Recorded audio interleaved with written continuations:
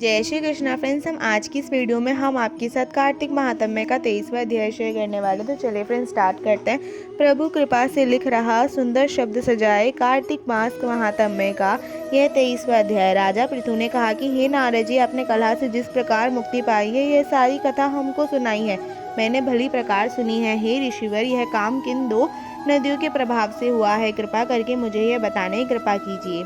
कृष्णा नदी साक्षात भगवान श्री कृष्ण चंद्र महाराज का शरीर और वेणी नामक नदी भगवान शंकर का शरीर है। इन दोनों नदियों के संगम का महात्म्य श्री ब्रह्मा जी भी वर्णन करने से असमर्थ है। फिर भी आपने पूछा है, तो अतः मैं आपको इनकी उत्पत्ति का वृतांत सुनाऊंगा। ध्यान से सुनो।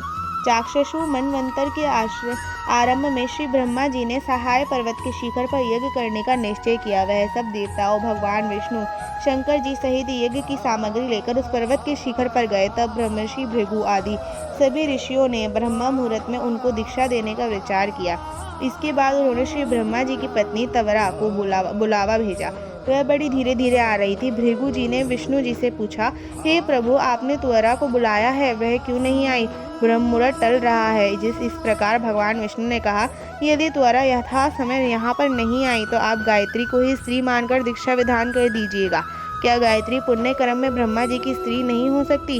नारद जी बोले कि भगवान शंकर ने भी विष्णु जी की बात का समर्थन किया। यह बात सुनकर भृगु जी ने गायत्री को श्री ब्रह्मा जी के दाईं ओर बिठाकर दीक्षा विधान आरंभ कर दिया। ऋषि मंडल गायत्री को दीक्षा दे रहे थे कि इतने में त्वरा भी यज्ञ मंडप में आ पहुंची। श्री ब्रह्मा जी के पास मैं गायत्री को बैठा देखकर ईर्ष्या से क्रोधित होकर त्वरा ने कहा कि जहां अपूज्यों की पूजा होती है और पूज्यों की अप्रतिष्ठा होती है, वहां पर दुर्भिक्ष, मृत्यु तथा भय तीनों अवश्य हुआ करते हैं। यह गायत्री ब्रह्मा जी की दाई और तथा मेरे स्थान पर बैठी है। यह अदृश्य बहने वाली नदी होगी। आप लोगों ने इसे जो मेरे स्थान पर बैठाया है, इससे आप भी सबके सब जड़ रूप नदियां होंगे।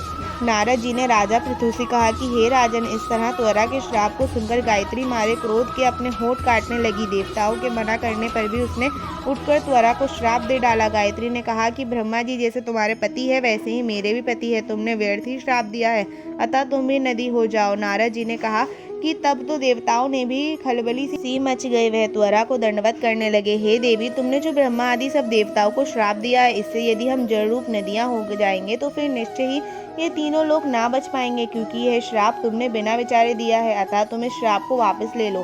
त्वरा ने कहा कि हे देवता गणों, आपने यज्ञ के आरंभ में गणेश पूजन भी नहीं किया, इसलिए यह विघ्न उपस्थित हुआ है। मेरा यह श्राप कभी खाली नहीं जा सकता, इसलिए आप सब अपने अंगों से जड़ीभूत होकर अवश्य नदियां होंगे।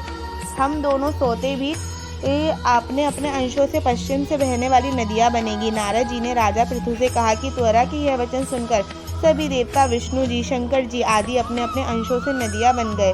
भगवान विष्णु के अंश से कृष्णा और भगवान शंकर के अंश से वेणी तथा श्री ब्रह्मा जी के अंश से कंकुदमवती नाम वाली नदियां उत्पन्न हो गई। सभी देवताओं ने अपने अंशों को जड़ बनाकर वहीं सहाय पर्वत पर फेंक दिया। फिर उन लोगों के अंश अलग अलग नदियों के रूप में बहने लगे। देवताओं के अंश से हजारों की संख्याओं में पश्चिम वाहिनी नदियां उत्पन्न हो गई। गायत्री और त्वरा दोनों पश्चिम वाहिनी नदी होकर एक साथ बहने लगी।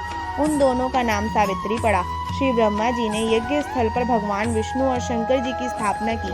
दोनों देवता महाबल तथा अतिबल के नाम से विख्यात हुए। हे राजन, कृष्णा और वेणी नदी के उत्पत्ति का यह वर्णन जो मनुष्य सुनेगा और सुनाएगा, उसे नदियों के दर्शन और स्नान का फल प्राप्त होगा। फ्रेंड्स, ये अध्याय समाप्त हो चुका है और चैनल पे कार्तिक महात्म्य की और भी वीडियोस और कथाएं अपलोडेड है, आप उसको भी जाके चेकआउट कर सकते हैं। वीडियो अच्छी लगी तो वीडियो को लाइक, चैनल को सब्सक्राइब करना ना भूलें। फ्रेंड्स एंड फैमिली के साथ शेयर करें। जय श्री कृष्णा, जय श्री राधे, जय माता तुलसी।